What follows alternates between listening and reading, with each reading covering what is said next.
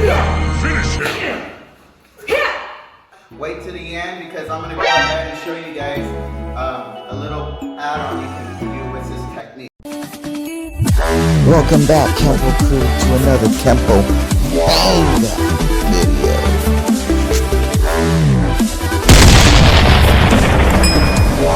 Hello, it's Daniel Perez with Mrs. Perez, and we're from Central Coast Kenpo Karate, and we're back at you with another Kenpo Banga video for our Kenpo. For the first time, please like the channel, give it a thumbs up, share it, comment down below, and we'll be able to respond to your comments. I'm very active on the comments. I appreciate you guys' feedback I've been getting so far. Throw me some ideas on techniques you would like to see, maybe forms or sets. Today we're going to be going over a technique called Obstructing the Storm. This is technique number 19 in the 24 purple belt. The cross block is being introduced for the first time going up. So in this case, we were kind of exposed to that with reversing mix. So doing this one here, we were exposed with a cross in this. If you actually see it, here's the cross in this plane. Now we're taking it up to this plane, okay? So the unique part is being able to utilize not just one block, but two upper blocks as our defense. Overhead club attack is gonna come towards her.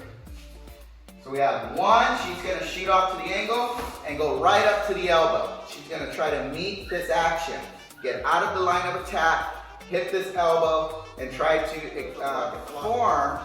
And what you want to be careful about that is I can pull in because I have an open in a triangle. Even if she steps off to the side and pulls in here, I can still push in. That's an issue we want to be careful about. Plus the elbow's not checked. So if she did the attack and I blocked here, if I don't have her elbow checked and I'm putting here, I'm just letting a pass least resistance roll this elbow into me.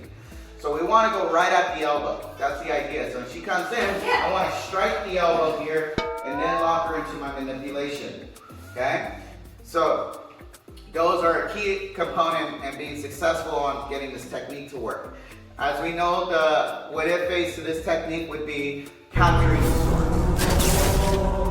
Two, she wraps it and puts her whole body into the arm break here. Now, a lot of times we call it the arm bar, but in realistic terms, we're actually going to snap the elbow in this case. So if I'm not ready to go down and she pops going in, that's going to break my arm. I'm probably going to go with her and she's going to continue that motion. Now at this point, she'll knee to the head or Round two. Fight! Do this arm bar here, we have to engage having that leg going in front. Because obviously we're learning crossing town as well as grasp the desk. This leg is behind us. And I end up here, I can kick her in the groin. You want to be able to check the lower half of the height zone along while injuring the half of the individual. So we're talking about some average Joe that doesn't really do much. They're just swinging and basically Hail Mary shot. Hopefully they're going to try to hit you.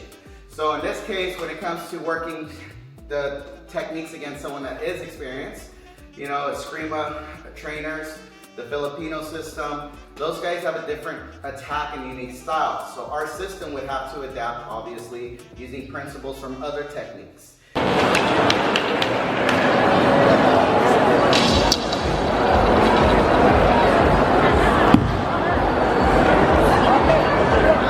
little different when you have a flicking strike. If she would, I'm gonna let her hit me, but if she comes in, the club is coming straight in here. You see the ghost imaging, right? So if she came through again, I will go into the ghost imaging if I have the sides available. That's checking the storm plus evading. But in this case, we gotta imagine I'm in a hallway and the environment is gonna dictate. I don't wanna step back because I'll end up assisting her. So stepping forward, cutting the angle will help. And then I can grab and take her into the armbar, okay? So when we train with a club actually coming in and hitting you, that changes the game. But if she comes all the way through, I'm going to try to stop it and capture her, okay? So that's the idea of working now. So if she's moving around and she just flicks it, that's something I got to deal with. And I can block it with my arm, but I'm going to be hurting my arms. So in this case, I got to now be able to control that distance. I might eat a shot, but at least I'm going to avoid being in a way a punching bag for the stick, okay? So that's another video for another time on how to deal with that kind of situation. But again, wearing these helmets are a good way to test and how you can really truly defend against the average Joe coming in with these clubs, because they're not going to come in and stop. They're going to go through the head, and obviously that's going to keep its motion, right? So in this case, if I get hit in the head, that tells me I should divert, seize, control, disarm, being able to utilize those methods of getting out of the way, stopping, controlling, and then so she came in, and let's say I slipped, let's say it starts to keep going down, well then I'll use that momentum for capturing the storm, right? So I can take that idea. Let's say, for example, I couldn't step forward, and I end up stepping to the side, and she does this, well, I can still do now, evading the storm from there. So I can work my angles now. I can work my 12, 3, 9 angles, and that's a drill that's good to work mental speed. Whether she comes in again and I step and I kick the groin this way, okay, or I step to the other side. So as I come up, 1, 2, and I kick the groin here, or the body, it's evading, and then obviously, and we also do our obstructing. So really cool technique to work on. It teaches the student again how to work double limbs, being simultaneous, how to step off angle, stepping towards, not in front of the weapon, but like I said, off, so that way the student lock the armbar, then drive the body into it with it. So the entire elbow's taking the body weight, increases the chances of snapping this arm. Okay? At this point, you can either punch, or you can lift that shoulder up, clear, and knee the head. That way you have a nice angle of incidence in that case, and being able to pinpoint the shot. All right, you take the weapon, disarm, use it against the opponent. So, like I said, some really cool things are in this technique. I would say a lot of resemblance would be grasp-it-esque, crossing talon, using the knee. It's our job to evolve it, make it work for a real-life scenario. Okay? So, if you guys give me your take on it. Let me know if you like the armbar. Let me know if you like to strike before you hit the armbar. I've seen filling in some dead space. So I've seen where I here and then I've seen a hit into the armbar. I've seen sometimes a back fist and then rolling into it. And it might be something you guys like, and if you like it, then use it.